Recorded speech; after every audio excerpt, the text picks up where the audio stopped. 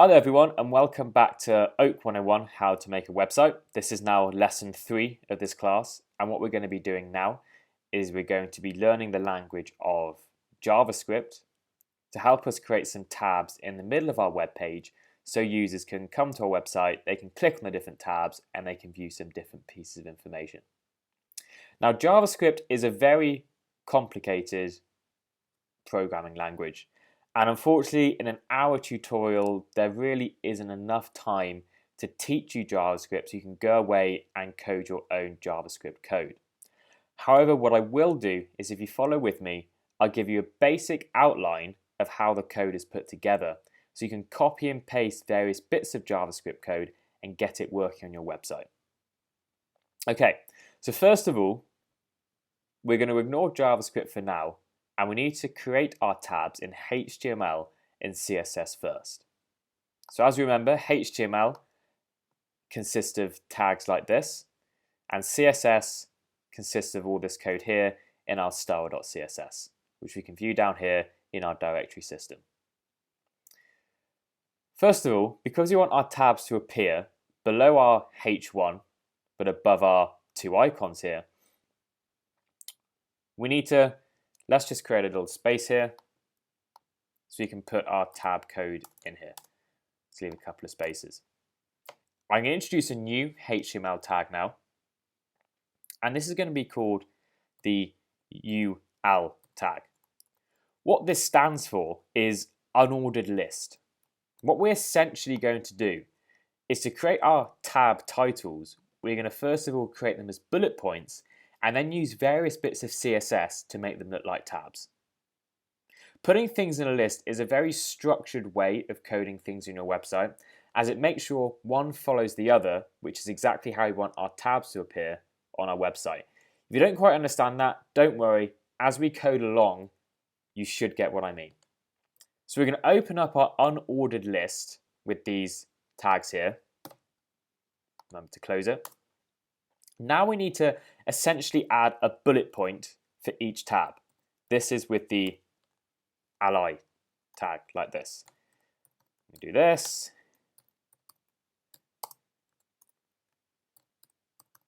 Like so. We've now added 2 bullet points. So if I go tab 1, tab 2, save, and refresh, we've added a bullet pointed list like this. So let me get rid of those spaces for now, and we're going to add 4 tabs for now.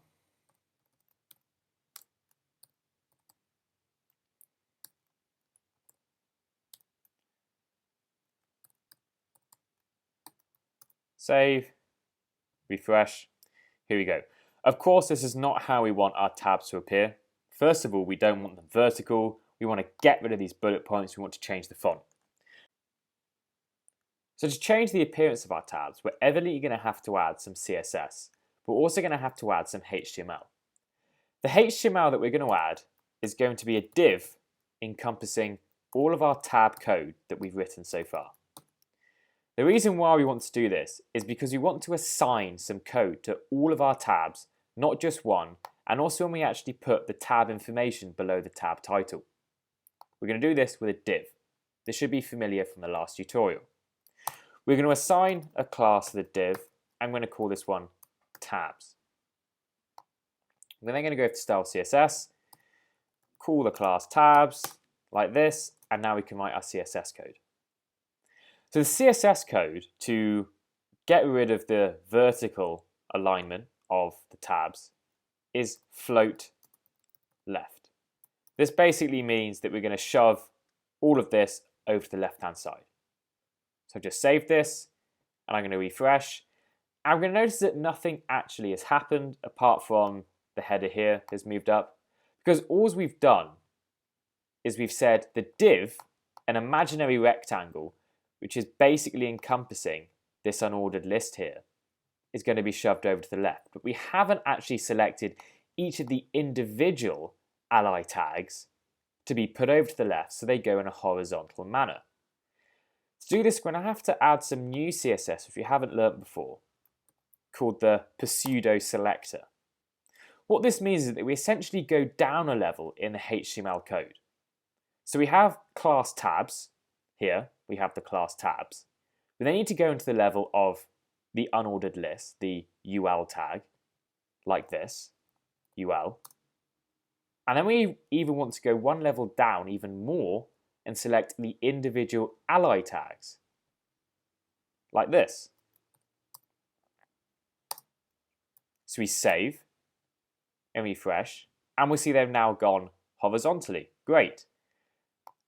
However, what we're also going to want to do is to get rid of the bullet points, and to do that, we're just going to put display : block. Refresh, and we've now got some text, and you can see how our tabs are starting to come together. For the next stage of the tutorial, we're going to add some CSS theory, because the CSS we're going to be doing next is actually quite advanced. I've already mentioned this concept before, but there's something in CSS called the CSS box model. This looks like this. This is a good image. If we make it bigger, what we have is any content that you type, a text, a header, or a div that you draw sits in here. You can then add padding around the outside of this content, which will then add a space between the content and the border. Outside the border is then the margin. So if you remember when we changed the margin left auto, margin right auto, and our profile picture of Barack Obama went into the center of the page, this is because we were stating that everything on the left-hand side and on the right-hand side need to be exactly the same, so it's centered in the middle of the page. We've also altered the margin before when we were just changing the positions. For example, margin top, we put as 0 pixels. Margin left here, we put as 10 pixels. Margin bottom, 5 pixels. This is what the margin has been doing. It's been moving it around the page. However, if we wanted to add some padding, for example, if we look at these tabs here, this is padding between the top of the A and the border here of this tab. If we look at this grey line going around the outside, this is then the border, and the space between the border and the top of the browser window is the margin. This text here is evidently the content. So because we're creating tabs, it's actually a very good analogy. We've got our text like this. However, we want to add some space around the edge here, padding, a border which then offsets it to the background behind it, and then also we want to add a margin so they're equally spaced and so they're not all grouped together.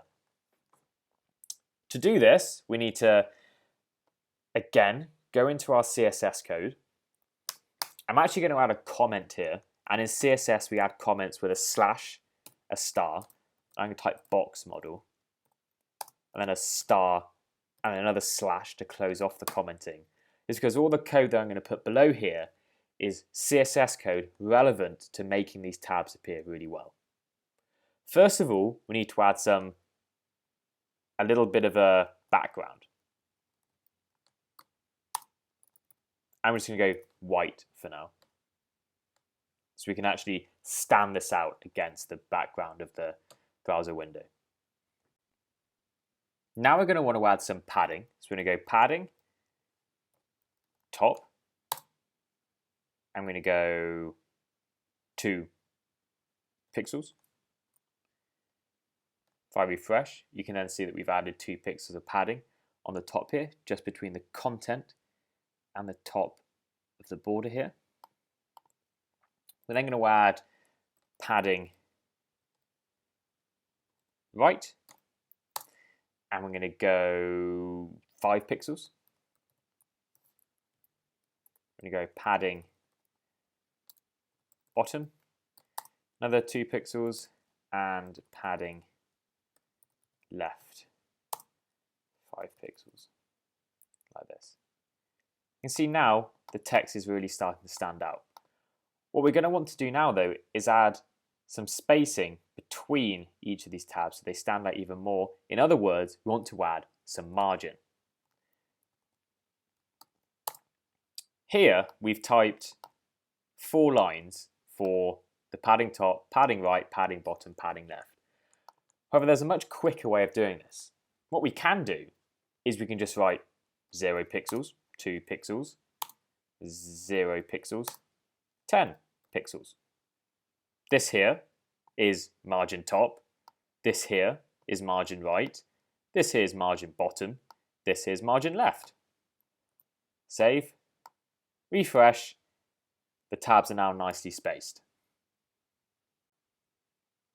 However, although our tabs are looking pretty good, they're nicely spaced, we really need to do something about the font. And the first thing we're going to do is change the background from white to actually make the colour of our text white. You're going to see why in a second. Make the colour white like this. We're then going to change the font of these tabs. So we're going to open up a new section for our CSS just by commenting it out so we break up our code in a nice readable fashion. I'm going to go exactly as we did with our header before. I'm going to go font family Signature. And we're going to give it a font size of 22 pixels. Like this. At the moment though, this isn't looking great because, when you hover over each of these tabs, of course there's no information to load at the moment, but we actually want to signify to the user that something is going to happen. To do this, we're going to have to use another pseudo selector, and this one's going to be called hover. So I've just copied this CSS code here, add another curly bracket, and this time we're going to go colon hover. This tells the computer that anything belonging to this class with the pseudo selector UL, with the pseudo selector ally, and then hover. This means that whenever the user hovers over this here, something is going to happen.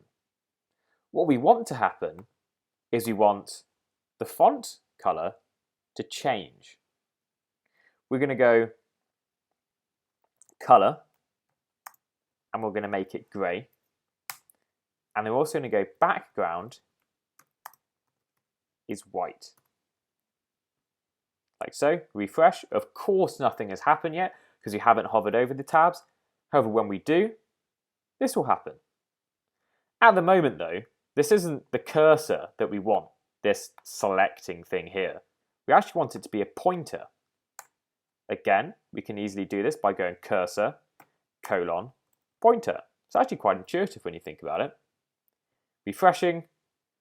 Now when you hover over each of these tabs, the cursor changes and also the tab is highlighted. Again though, it doesn't exactly look, as flush as these tabs up here. Why don't we try and curve the borders of the tabs? So we previously stated with the box model here that the border goes down the outside of the tabs. However, we haven't done anything with the border yet. It's just exactly the same color as the background. We're going to keep it the same color as the background, but we're going to go border, top, left, radius, 4 pixels. Save, refresh. Now when we hover over, our tabs have got a little bit of a border on the top left-hand side. Let's do exactly the same for the top right. By simply going right, like this. Look at that. You can now see that when we've got the information loaded in here, that's going to look pretty good. The last thing I'm going to want to do actually is go font weight bold. I think it'll look better with bold font like that. Now we're going to start adding the tab content below each of the tab titles like this. So when we click on it, some new content will then load.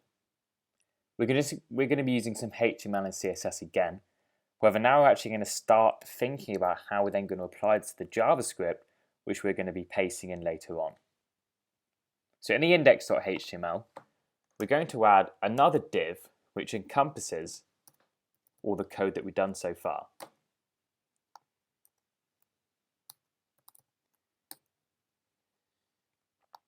Let's tab this over. And we're going to add another div.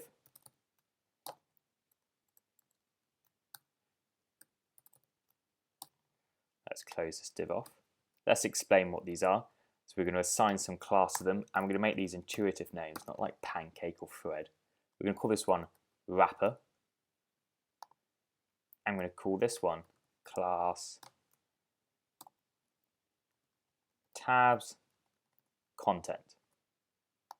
We need to add the individual tab pages. So we're going to go div,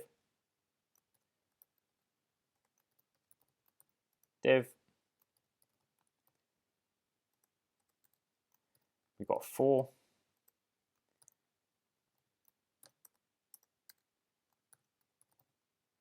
How many is that? It gets quite confusing when you're going along with this.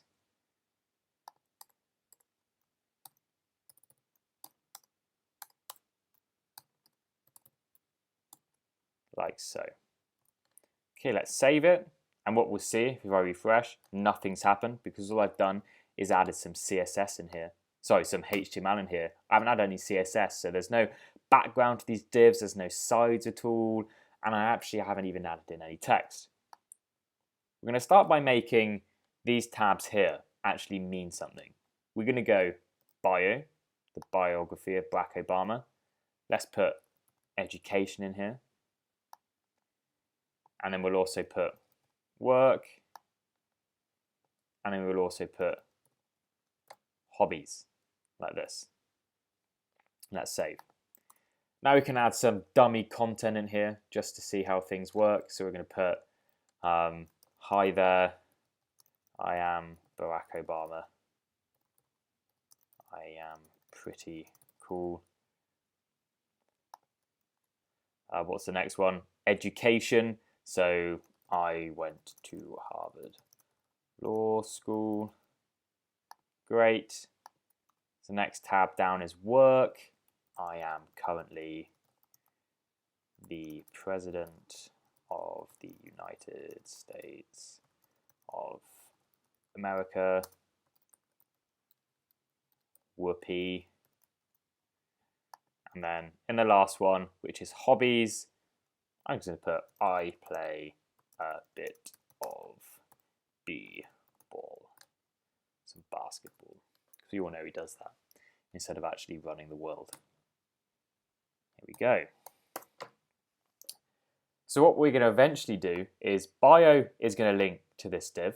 When we click on the bio tab, if we refresh, it's then going to load the relevant text here. And again, when we click on education, it's going to load this text, and so on. At the moment, though, it's not looking too good. It's gone a bit crazy. So now we need to add some CSS. The first CSS we're going to need to add is going to be relevant to the wrapper. The wrapper which we created here. So this is wrapping around all of our code relevant to the tabs. This is involving the tab titles and also the tab content. So calling the class like this. We're then going to go, we're going to center this in the middle of the page. So all of this here is going to center in the middle of the page. So again, we're going to use our 3 lines of code. Why am I typing this out? As I said, code is extremely lazy. I could have just copied it here. That's exactly what we're going to do. Saving hasn't done anything yet. The reason being is because we haven't actually assigned a width yet. We're going to go width 65%.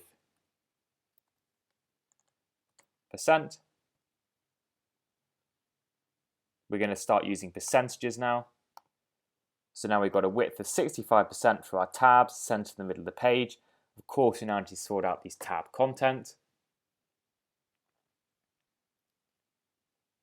To do this, we're actually going to, just with our tabs here, this is involving the tab title. So we're just going to take this tabs and we're going to add a height to then push this text below it. And we're going to add a height of, let's say, 30 pixels. Here we go, pushed it down, so now it's not in line with our tabs. It looks a little bit better. The next stage is now going to be to add some CSS to the tab content. So we've already assigned tab content with this div here. So we're going to go tabs content, curly brackets. We're going to have a background of white. We're going to make the color of the text gray. We are also going to make the width 100% of the div that it's being contained in, which isn't 100% width of the page, it's just 100% width of the wrapper, which is then 65% width of the page. We're going to add a border radius, 4 pixels. Add a padding. I'm going to go 1%. So on different screens, this padding scales. We're going to have the font family of Signica again. This time though, we're going to make the font size a little bit smaller. I'm going to go 10 pixels. Refreshing the page, then get the text like this. Let's make this a bit bigger. I'd say it's looking a little bit on the small side, 15 pixels. There we go. Now let's move on to the JavaScript. Okay, so all the JavaScript code that you're going to need is in this file here called script.js. So I'm going to download it in Google Chrome. I'm just going to move it over to my directory system here. So I've got script in here. I'm just going to rename it because I've already downloaded it before just to make sure it works. So let's go script.js. I'm then going to open this up with Sublime. Here we go. Move the tab over into here. And we can have a look at the JavaScript code now. This is all the JavaScript code you're going to need to make it so when you click a new tab, the old tab will close and it will show the new tab's information. It's all pretty complicated, and honestly, to explain what each of these words mean and why we put it like this, as I said at the beginning of this tutorial, will take a very long time and you probably wouldn't understand it anyway. Therefore, all that's important to know is that this here is JavaScript code. And we know this because it's saved in a file with a .js. And what you can do when you're looking for other code for, say, a carousel or an accordion, which, if you don't know what those terms mean, you can Google them. They're other user interface features which you can put on a website. Is you can download code such as this, or you can buy it off people as well. The key thing then is to know how to actually use this code. If we look in this code, we've got various bits here in yellow, which point towards these being classes or something called IDs. Now we've already learned how to select various HTML elements using classes. There's another way of doing this, using IDs. The difference between them is simple. Classes you can assign to as many different content HTML elements as you like. In effect, we could copy this class header2 and assign it to our header1, like this. If we save, we'll then see our header1 has got exactly the same CSS assigned to it as our header2. But we don't want that, so we're going to go back. However, what an ID does is a unique selector for a specific element. So how we assign an ID to something is we simply go ID equals and open the commas like this. Sorry, the quotation marks. Extremely simple, exact same way as a class, but we're just going to assign ID. What we're going to do is go tab header 1, copying this down.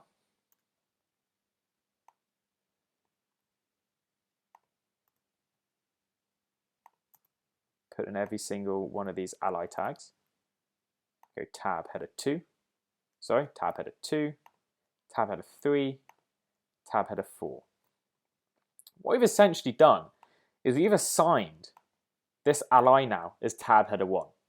Nothing else can be assigned this now in this whole HTML document because we've got an ID. If this was a class, we could have different tab header 1s, but why would we want that?